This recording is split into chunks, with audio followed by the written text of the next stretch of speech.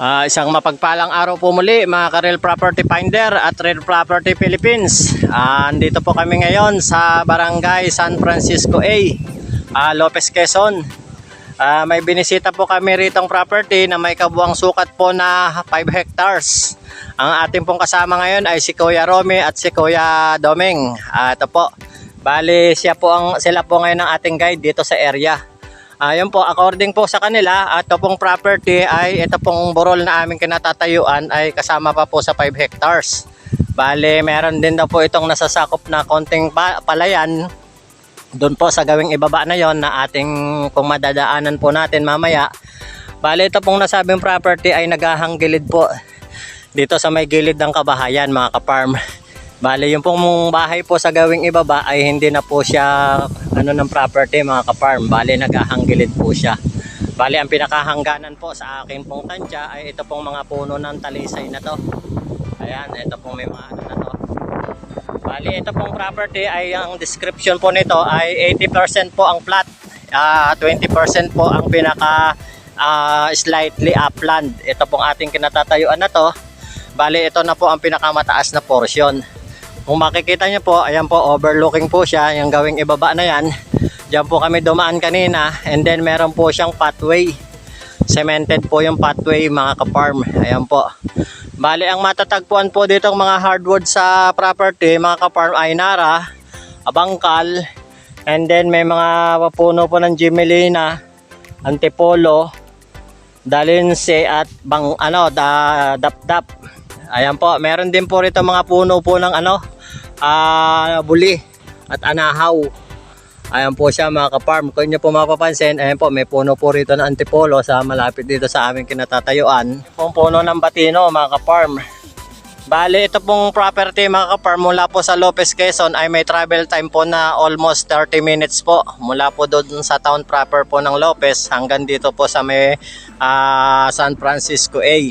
Then after po dito sa po ng pinaka national road po na going to Katanawan, meron pong barangay road po na papasukan papunta po dito sa area. And then pag niya po yung pinaka basketball court, doon niyo po muna iwan yung inyong sasakyan. Then meron po siyang lakad po na 1 minute papunta po dito sa property. And meron din daw po itong magsisilbing pinaka right of way. Hindi lang po natin ma-clear kung saan po talaga yung right of way niya mga ka-farm. Dahil hindi pa po siya totally maituro sa atin ng kasama po natin ngayon. Dahil yung pong pinaka seller po nito ay dadaanan po namin mamaya. Ang pinakatansya po namin na puno po ng nyog na matatagpuan dito sa area ay hindi po bababa ng mahigit 1,000 na puno ng nyog.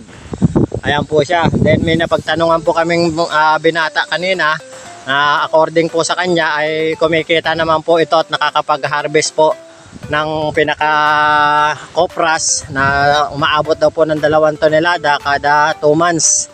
Dahil may nadaanan din po kami doon pinaglulukaran sa area. Mamaya po ipapakita ko po. Ayun po kila Kuya Doming at Sir Romy na ating kasama.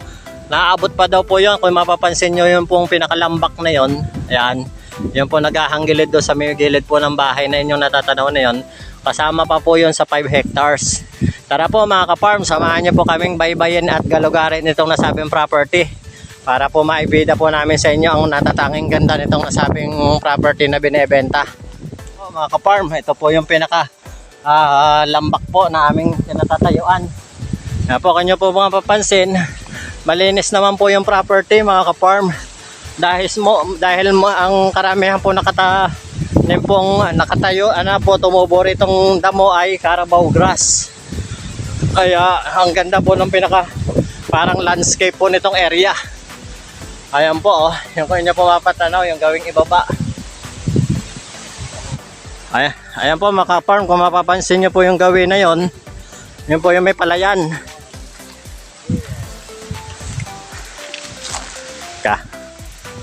Ayan po yung area na yan ang may palayan mga ka-farm. Na nakapaloob pa po sa 5 hectares. Ayan po kung nyo pong mapapansin Carabao grass po yung mga damo na matatagpuan dito sa area. Kaya tanaw na tanaw nyo po yung kabuuan ng property. Bale itong property po mga ka-farm ay may mga ang pinaka po nito ay yung sapa, ang hangganan. Bali, yung sapa po, bali sa gawin pong ano niya, paikot po yung pinakasapa sa gawing ibaba po nitong nasabing property. Then papunta po doon sa aming pinuntahan. Kaya wala pong magiging problema po dito sa source of water. Dahil yung pong sapa ay running water po siya, mga ka-farm. Ito yung kanina tinitignan natin na puno no. Ayan po, ito po yung plat na area. Bali 80% plat po. Kung nyo po mapapansin, yun po yung pinaka-lukaran po nila, mga ka-farm. Diyan po kami nagdaan kanina. At mapapansin nyo rin po yung mga puno po ng nyog na may kataasan po siya pero napakarami pa pong bunga. Po mga ka-farm, yung pinaka-pathway through and through po dito sa nasabing property. Ayan po siya.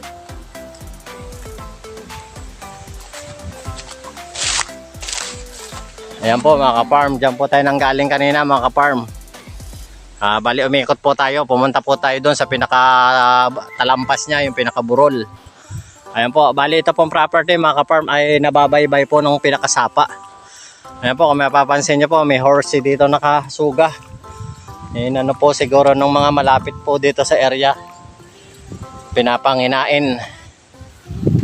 Bali ayan po mga ka-farm, yung pinakagilid ng property. Diyan po naghihiwalay itong property, mga ka-farm, itong pinakasapa na to. Ayan po ang pinaka ano po rito nila ng tubig. Ayan, kung mapapansin nyo po mga ka-farm, may mga isda. Ayan po, may mga nagtatakbuhan pong isda. Kaya masabi po natin na malinis po itong nasabing pinakasapa dito sa area. Ayun po, napakarami pong isda dun sa una-unahan po na yun, sa may gawin ng may kangkong. Ayan po yung pinakasapa. Dito po naghihiwalay, mga ka-farm, yung property. Ayan po siya, mga ka-farm. Papunta po doon sa doon sa loob. Sa mga nagnanais pong mag-avail po nitong nasabing property, tawag lang po kayo sa number na makikita nyo sa inyong screen. At ganoon din po sa WhatsApp Viber po para sa dagdag katanungan po tungkol po dito sa nasabing property, mga ka-farm. Ito po mga ka-farm yung pinakasapa niya. Ayan po, kung nyo po mapapansin, ito po yung pinaka-pathway na may tulay dito po sa area. Ayan po, kung mapapansin nyo po, running water po siya, mga ka-farm. At napakalinis po ng tubig. Kaya wala po kayong magiging problema sa source po ng tubig dito sa area. Ayan po, bali dyan po paikot po yung pinaka-property na ating ibinida sa araw na to, mga ka-farm.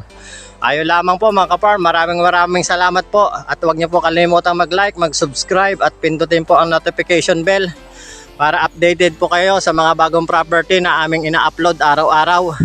At baka po matagpuan niyo po ang property na inyong hinahanap sa mga darating po naming pag-upload ng video, or baka po may mga na-upload na po kami.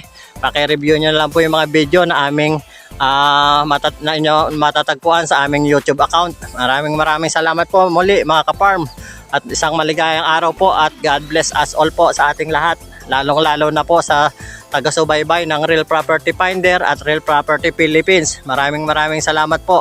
Ito po, mga ka-farm, ay yung pinaka basketball po na aking tinutukoy kanina, basketball court. Sa barangay hall, ito pong area po na to, mga ka-farm. Bali, papasok po rito, mga ka-farm, yung property. Ayan lang po siya. Pag ano nyo po ng barangay road, ayun na po yung pinakatulay na nakasama po sa video ko. Then pagkabila nyo po yun, property na po, mga ka-farm. Ito po yung pinaka ano niya, kung mapapansin nyo po, ayan po, pasok po yung sasakyan. Ayan po yung pinaka barangay road.